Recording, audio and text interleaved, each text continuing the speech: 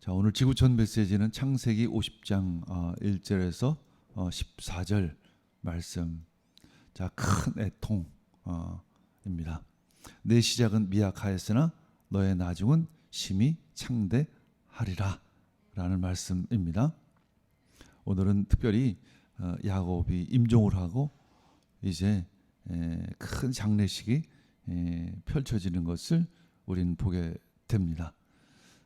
자, 창세기 50장 11절 그 땅 거민 가나안 백성들이 아닷 마당의 애통을 보고 이르되 이는 애굽 사람의 큰 애통이라 하였으므로 그 땅 이름을 아벨 미스라임이라 하였으니 곧 요단강 건너편이더라. 가나안 땅에 거주하고 있는 백성들이 그 야곱의 장례식을 바라보며 저건 애굽 사람의 큰 애통이다, 큰 장례식이라라고 하면서 감동했습니다.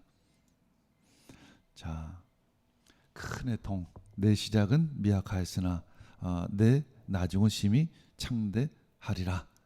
이제 도망자 야곱은 보잘것 없었지만 약속의 땅으로 올라가는 장래 행렬은 심히 컸습니다.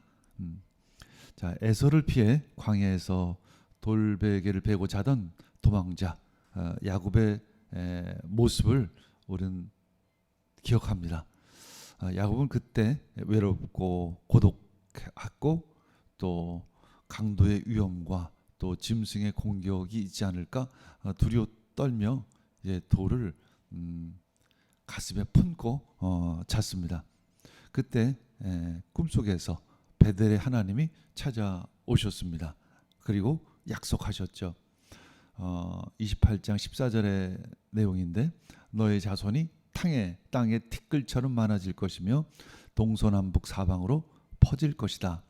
이 땅 위의 모든 백성이 너와 너의 자손 덕에 복을 받게 될 것이다 라는 약속을 주셨습니다. 야곱이 이 환상을 보았을 때 아마도 반신반의했었을 것입니다.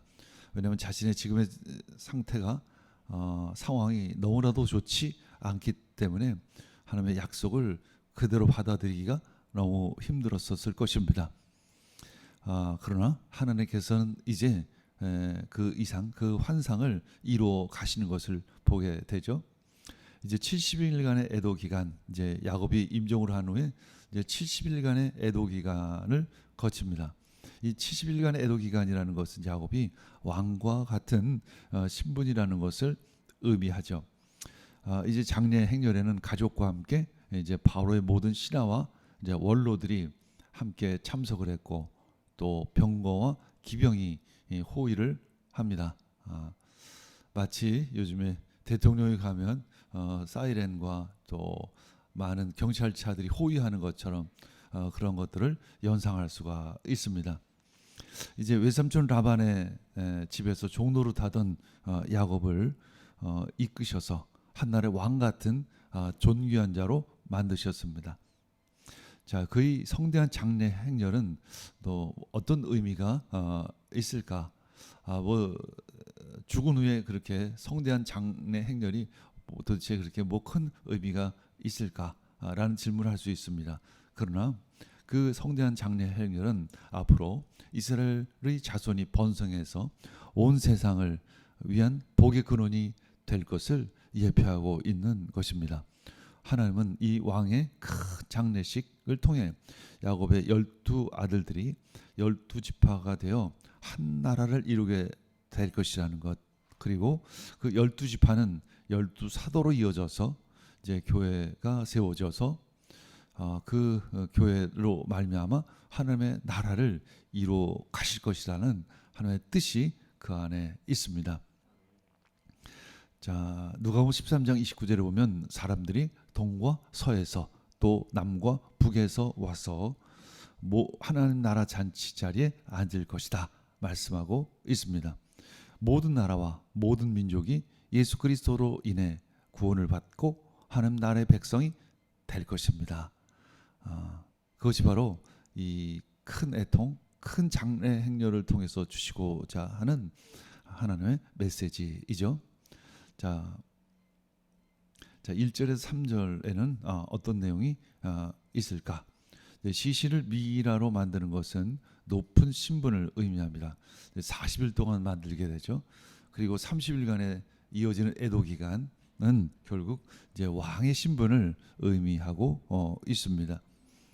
자, 1절에서 3절 읽겠습니다.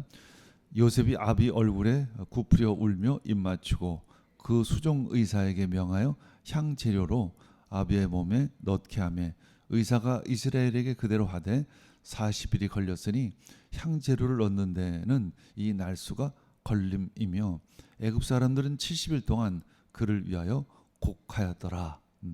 40일간 이제 미라로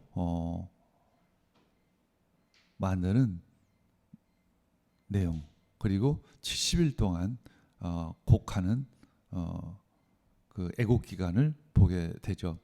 자, 4절에서부터는 어떤 내용이 있을까? 4절에서 9절은 출애굽을 미리 보여주는 장례 행렬이기도 합니다. 후에 이제 400년 후에 이스라엘 백성들이 큰 민족이 되어져서 애굽을 나올 때 어떤 모습일까라는 것을 또 연상할 수가 있죠. 곡하는 기간이 지나매 요셉이 바로의 궁에 말하여 가로되 내가 너에게 은혜를 입었으면 청컨대 바로의 귀에 고하기를 우리 아버지가 나로 맹세하게 하여 이르되 내가 죽거든 가나안 땅에 내가 파서둔 묘실에 나를 장사라 하였나니 나로 올라가서 아버지를 장사하게 하소서 내가 다시 오리이다 하라 하였더니 이것은 마치 후에 모세가 출애굽기에 보면 모세가 바로 왕에게 우리 이스라엘 백성으로 하여금 광야에 가서 예배드리고 오도록 허락하소서라고 요청하는 장면을 연상하게 됩니다. 물론 이번에는 바로가 긍정적으로 대답을 했지만 물론 그때는 부정적으로 거부를 했죠. 7절 요셉이 자기 아비를 장사로 올라가니 바로의 모든 신하와 바로 궁의 장로들과 애굽 땅의 모든 장로와 자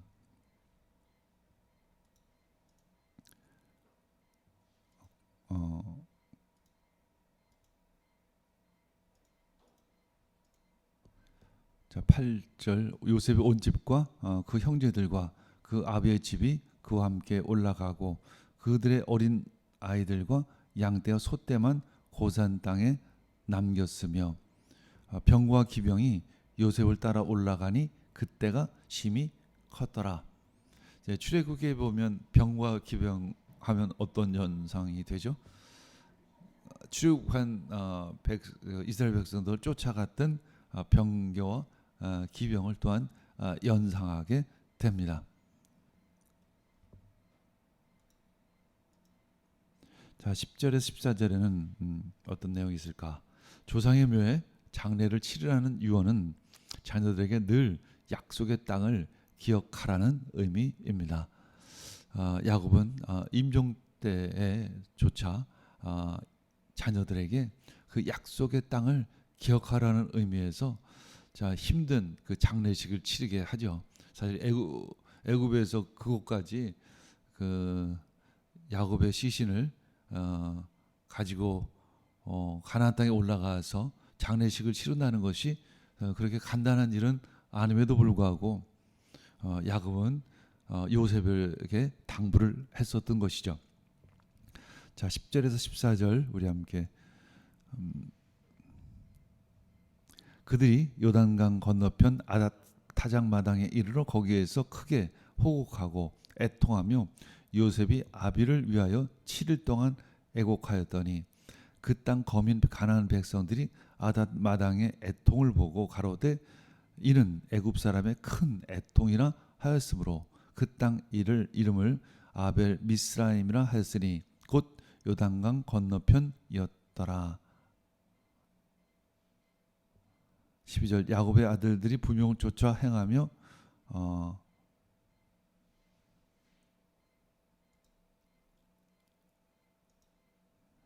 그를 가나안 땅으로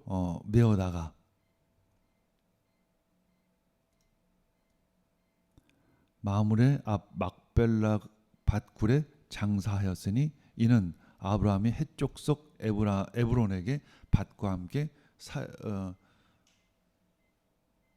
소유.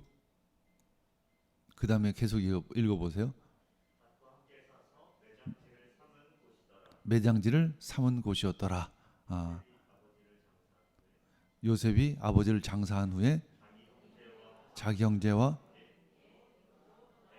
애굽으로 돌아왔더라. 이렇게 해서 야곱의 장례식을 마치는 모습을 보게 됩니다. 야곱의 장례 행렬조차, 장례식조차 어떤 의미, 메시지가 있습니다. 특별히 하나님의 약속, 그 약속의 땅을 기억하라는 그 자손들을 향한 메시지를 야곱은 남기고 있습니다. 아멘.